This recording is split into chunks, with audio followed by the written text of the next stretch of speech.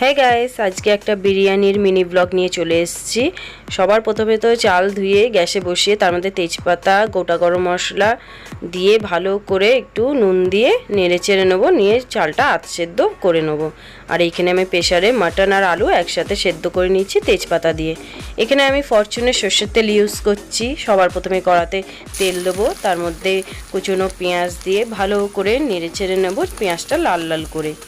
তারপর দেব 1 চামচ রসুন বাটা, 1 চামচ আদা বাটা, আর পরিমাণ মতো হলুদ, লঙ্কার গুঁড়ো আর স্বাদ অনুযায়ী লবণ। আর দেব মিট মশলা, এখানে দেবো বিরিয়ানি মশলা আর 1 বাটি মিডিয়াম সাইজের টক দই দিয়ে ভালো করে মশলাটা কষিয়ে নেব। তারপর দেব শাহি গরম মশলা দিয়ে মাংসর গ্রেভিটা ভালো করে কষিয়ে নেব। তারপর মাংসটা দিয়ে দেবো, দিয়ে ভালো করে নাড়াচাড়া করে মিশিয়ে ঢাকা দিয়ে মাংসটা তৈরি করে নেব। মাংসর তেলটা ছেড়ে গেলেই মাংসটা রেডি হয়ে যাবে। এইদিকে আমি একটা হাঁড়ি ভালো করে গরম করে নিয়েছি গ্যাসে, তার মধ্যে 1 চামচ সর্ষের তেল দিয়ে ভালো করে চারিদিকে ছড়িয়ে দিলাম তেলটা হাঁড়ির মধ্যে।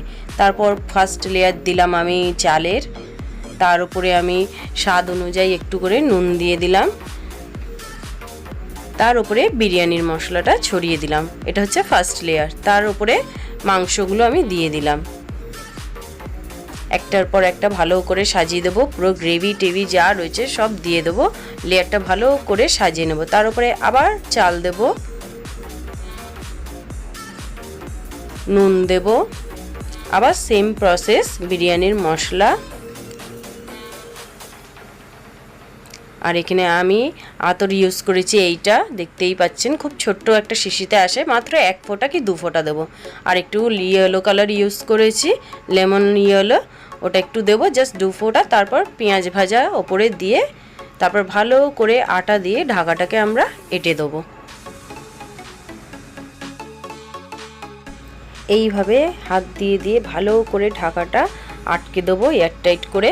আর এখানে আমি গ্যাসের ওপর একটা গরম তাওয়া রেখে দিয়েছি, হাত দিয়ে দেখে নিলাম আঁচটা কত দূর, আর পুরো গ্যাসটাকে সিমে করে দিয়েছি হাঁড়িটা বসিয়ে। এরপর রেডি হয়ে গেছে। আমি 20 মিনিট পরে এটা খুলছি, ঋষিকা আমাকে হেল্প করছে। খুলে একটু দেখলাম ঠিকঠাক হয়েছে কি না। তো আমি এরপর একটু নাড়াচাড়া করে দিলাম, ভালো করে নিচেরগুলো ওপর দিকে নাড়াচাড়া করে তুললাম। কালারটা দেখতে পাচ্ছেন দারুণ হয়েছে, আর খেতেও খুবই টেস্টি হয়েছে। Now like, share and subscribe my YouTube channel. Bye bye guys.